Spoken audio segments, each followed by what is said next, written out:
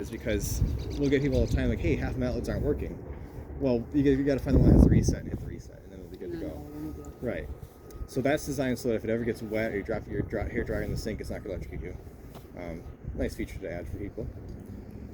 And then, and there's also breakers too. We'll get to that in a second. But yeah, so that's kind of this side. Yeah, these slide toppers are great. Keep stuff off of your slides. I recommend too at the end of your season if you can, because I'm sure the campground doesn't care as much as you do about your unit. Take a broom and make sure there's nothing up there. Make sure there's no pine needles. All it takes is one little stick or leaf or pine needle to lift up this little seal. You know, if this seal gets lifted up just a little bit, well, guess what? You got some water in there. I've also seen rodents chew for use, and I've seen squirrels. Awesome. Make a nice little niche right here for it. And then when this thing closes, this is called a bulb seal. So this is designed to be, when this is closed, this is what seals from the hurricane force winds on the highway. That's all the way around it as well.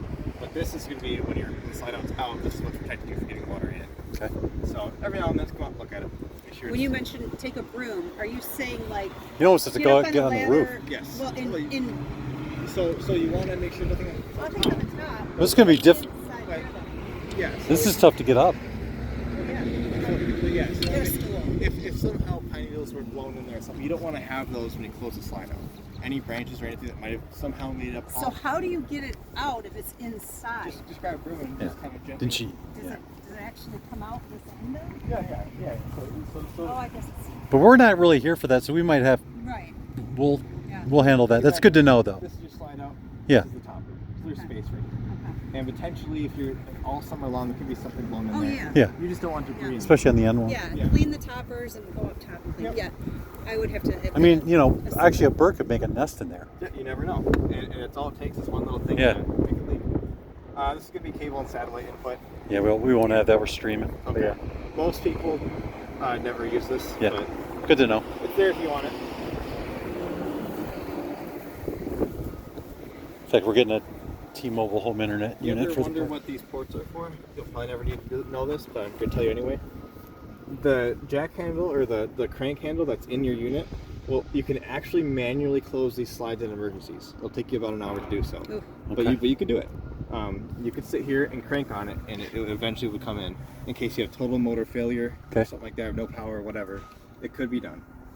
Again, you guys aren't traveling, so it's not really important, but I figured at some point you're sitting here eating dinner like, hey, what's that? What's that hole? That's what that is. There's one for each slide. One thing I like about these Pumas, and this line of Puma trailers is they do provide these, which is a nice. I like having redundancy and a mechanical backup to your system so you can do stuff. This is one of those outlets. It has the GFCI sticker, but there's no reset. So this is one of the ones I was telling you about that's in a series. And the GFCI reset is going to be somewhere else. If you ever trip this, or this isn't working, you got to find that one that has the button. We'll find it in a second. I point this out, so if you ever put your deck table right here, don't. Because if you get something, and you have the furnace on, it could, get too hot and melt it, whatever. This is both the intake and exhaust for your furnace. Actually, so we're going to have a staircase that will come. Okay. Like, No, right it's going to go this way. It will, but our table won't be that close. Yeah, just make sure it's not blocked.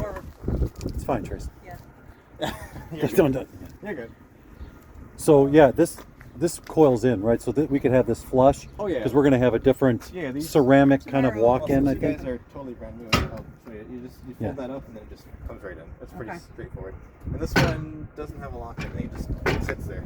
So that's it for that.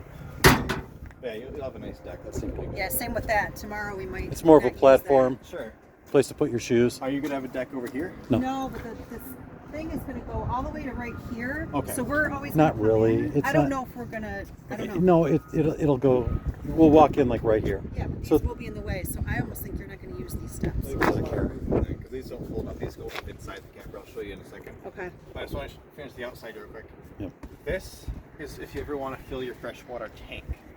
Now, you'd only do this if you're off-grid camping, or maybe there's a planned shutdown of the water at the campground. You could fill your tank and have water, and then use the pump to pump it out of the tank into your faucets.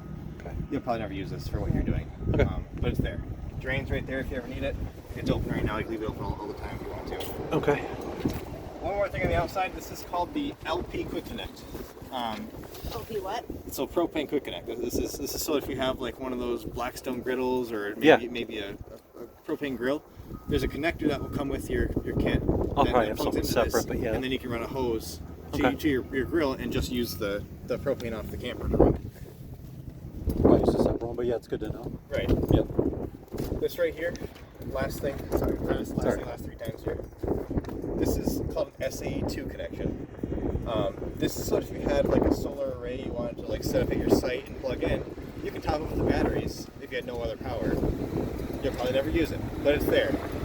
Also, you could plug in a battery charger to this. Some of them have the same connections, and it would maintain your batteries for the season if you were away or something. You don't want to plug in your shore power. So that's all of the outside.